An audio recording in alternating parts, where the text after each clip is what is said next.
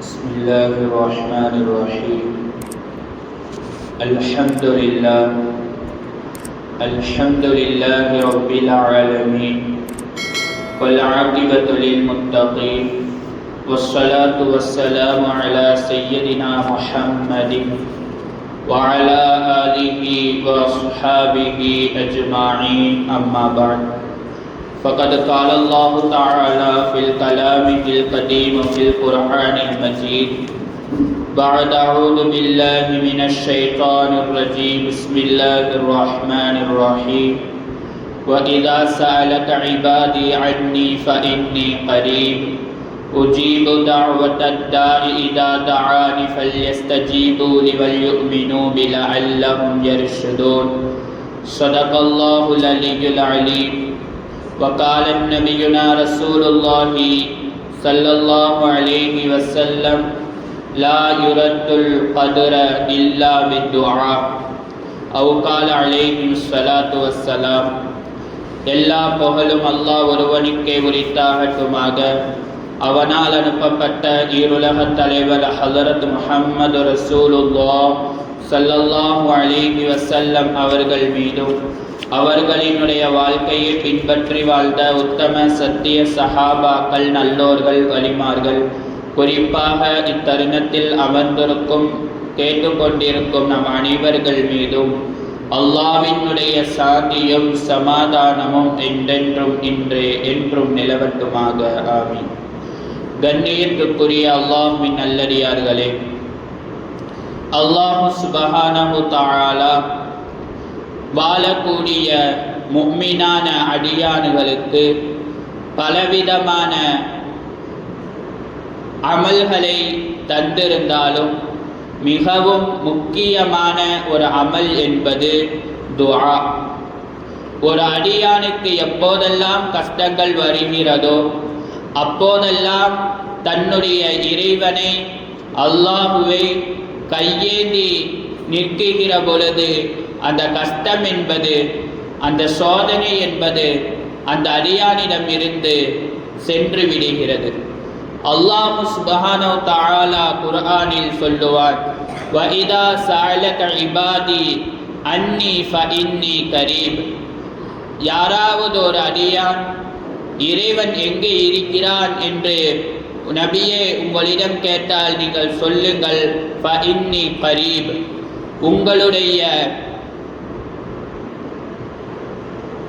உங்களுக்கு அருகாமையில் தான் இருக்கிறேன்.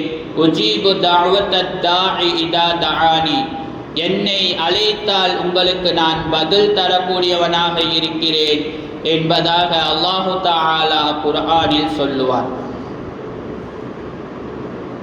அது மட்டும் இல்லாமல் ரசூலுல்லாஹி ஸல்லல்லாஹு அலைஹி வஸல்லம் அவர்கள் சொல்லுவார்கள், யார் தன்னுடைய ரப்பிடம் கேட்காமல் இருக்கிறார்களோ அவர்கள் மீது அல்லாஹ் கோபப்படுகிறான் என்பதாக ரசூலுல்லாஹி ஸல்லல்லாஹு அலைஹி வஸல்லம் அவர்கள் சொல்லுவார்கள். அல்லாஹ் சுப்ஹானஹு தஆலா தன் அடியான் கேட்பதை விரும்பக்கூடியவனாக இருக்கின்றான். நமக்கு ஏதேனும் ஒரு தேவை இருக்கிறது என்று சொன்னால் பிறரிடம் கேட்பதற்கு முன்னால் இறைவனிடம் கேட்பதுதான் மிகவும் சிறந்ததாக இருக்கிறது.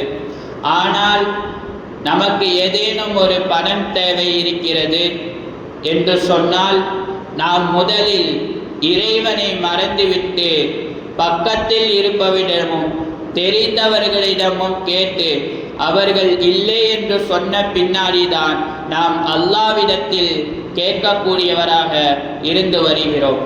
ஆனால் முதலில் நாம் கேட்கக்கூடிய அல்லாஹ்வினிடத்தில்தான் நமக்கு ஏற்படக்கூடிய பிரச்சனைகளையும் நமக்கு தேவையான அனைத்தையும் அல்லாஹ்வினிடத்தில் கேட்க வேண்டும் என்பது ரசூலுல்லாஹி ஸல்லல்லாஹு அலைஹி வஸல்லம் அவர்கள் சொல்லுவார்கள்.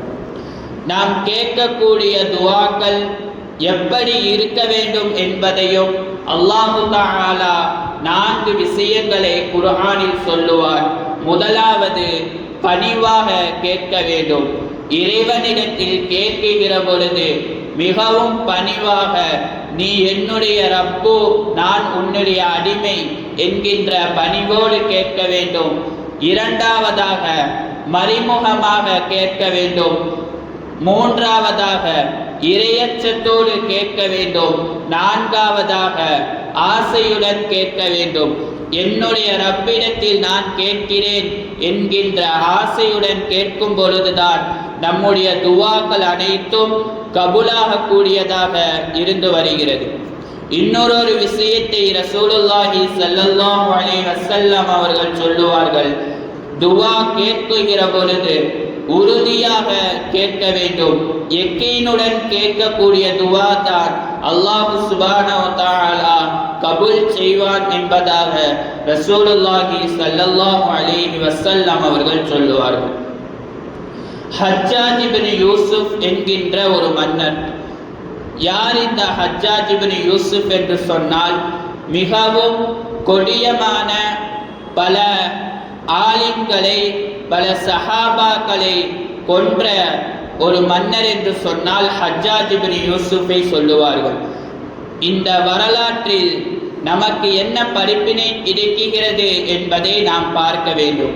ஒரு முறை ஹஜ்ஜாஜ் இப்னு யூசுப் கஅபாவை தவாப் செய்வதற்காக வேண்டி வந்து கொண்டிருக்கும் பொழுது கண்ணு தெரியாத ஒரு மனிதர் கஅபாவினுடைய தரையை பிடித்து அழுது கொண்டு இருப்பதை ஹஜ்ஜாஜ் இப்னு யூசுப் பார்க்கின்றான். அவனும் பார்த்துவிட்டு தவாப் செய்வதற்காக வேண்டி சென்று 3 தவாஃப்கள் முடித்து விட்டு அந்த கண்ணு தெரியாதரிடம் வந்து சொன்னான், இன்னும் எனக்கு 4 தவாஃப்கள் இருக்கிறது, அதற்குள் உனக்கு பார்வை வந்துவிட வேண்டும், இல்லை என்று சொன்னால் உன்னை நான் கொன்று விடுவேன் என்பதாக சொல்லிவிட்டு சென்று விட்டான். அந்த கண்ணு தெரியாதவருக்கும் தெரியும் ஹஜ்ஜாஜ் இப்னு யூசுப் என்ன சொல்கிறானோ அதை சரியாக நடத்தி விடுவான் என்கின்ற பயம் அந்த கண்ணு தெரியாதவருக்கு வந்து பிறகு சொல்லிவிட்டு சென்று பிறகு கஅபாவினுடைய துணியை இறுக்கமாக பிடித்து ரப்பிடம் மன்றாட தொடங்குகிறார். அதே போன்று 7 சுத்து தவாஃப் முடித்துவிட்டு ஹஜ்ஜாஜ் இப்னு யூசுப் மீண்டும் அந்த கண்ணு தெரியாதவருக்கு வந்து பார்க்கிற பொழுது அந்த கண்ணு தெரியாதவர்களுக்கு பார்வை கிடைத்து விட்டது. அப்போதுதான் ஹஜ்ஜாஜ் இப்னு யூசுப் சொன்னான், உனக்கு துவா கேட்கணும் என்று இருக்கிறது, ஆனால் எப்படி கேட்க வேண்டும் என்று உனக்கு தெரியவில்லை. இப்போது எப்படி கேட்டாயோ அதே போன்றுதான் எல்லா காலங்களிலும் கேட்க வேண்டும் என்பதாக ஹஜ்ஜாஜ் இப்னு யூசுஃபினுடைய வரலாற்றில் நமக்கு சொல்லி தருவார்கள்.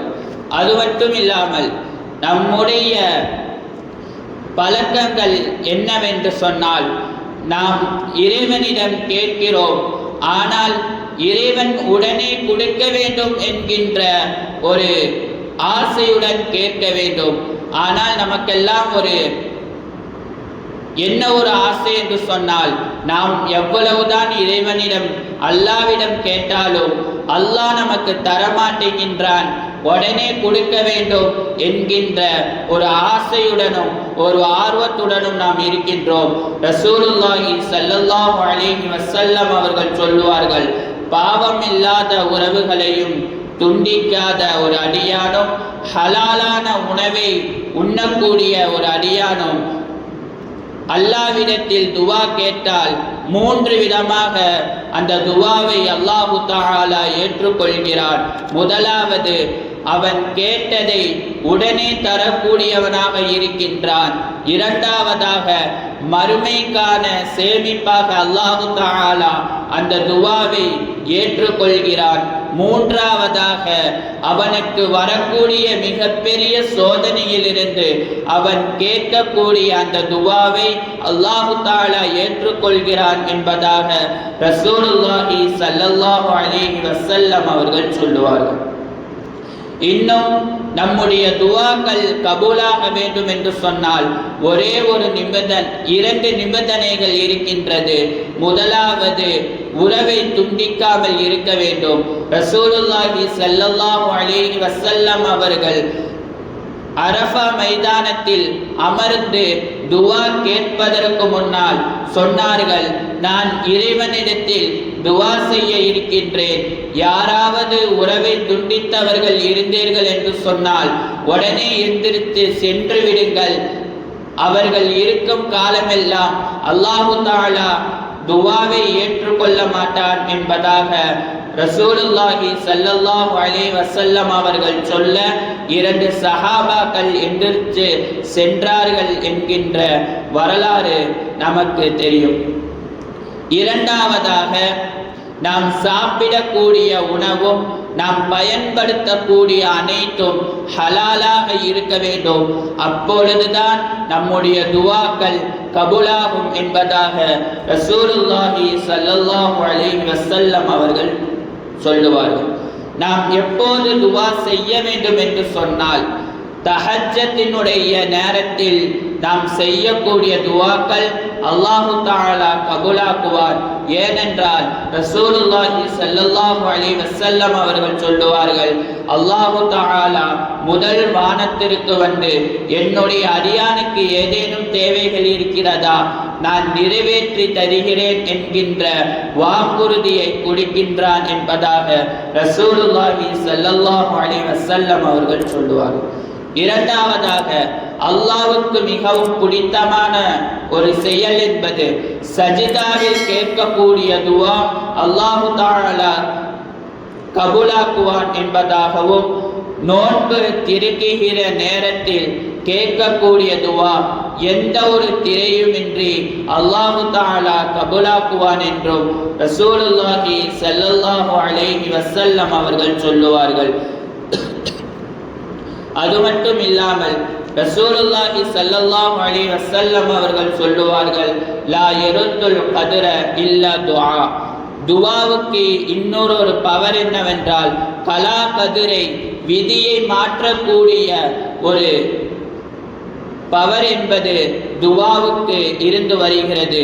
எப்படி யூனுஸ் அலைஹிஸ்ஸலாம் அவர்கள் கடலுக்குள் விழுந்து மீன் மூழ்கியும் கூட எதுவும் ஆகாமல் இருந்த காரணம் யூனுஸ் அலைஹிஸ்ஸலாம் செய்த துவாதான் என்பதாக வரலாற்று ஆசிரியர்கள் நமக்கு சொல்லித் தருவார்கள். அல்லாஹ் சுப்ஹானஹு வ தஆலா நம்முடைய துவாக்கள் அனைத்தையும் கபூல் செய்வானாக.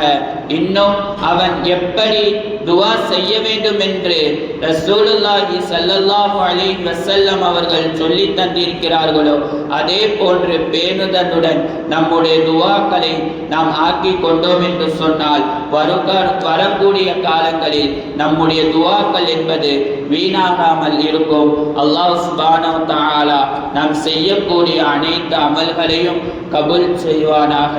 வாஹிரு தஅவானா அல்ஹம்துலில்லாஹி ரப்பில் ஆலமீன். ربنا تقبل منا إنك أنت السميع العليم وتب علينا يا رب مولانا إنك أنت التواب الرحيم. صلى الله تعالى وسلم على خير خلقه سيدنا محمد وعلى آله وأصحابه أجمعين والحمد لله رب العالمين. صلى الله على محمد صلى الله عليه وسلم. صلى الله على محمد صلى الله عليه وسلم. صلى الله على محمد يا رب صل عليه وسلم.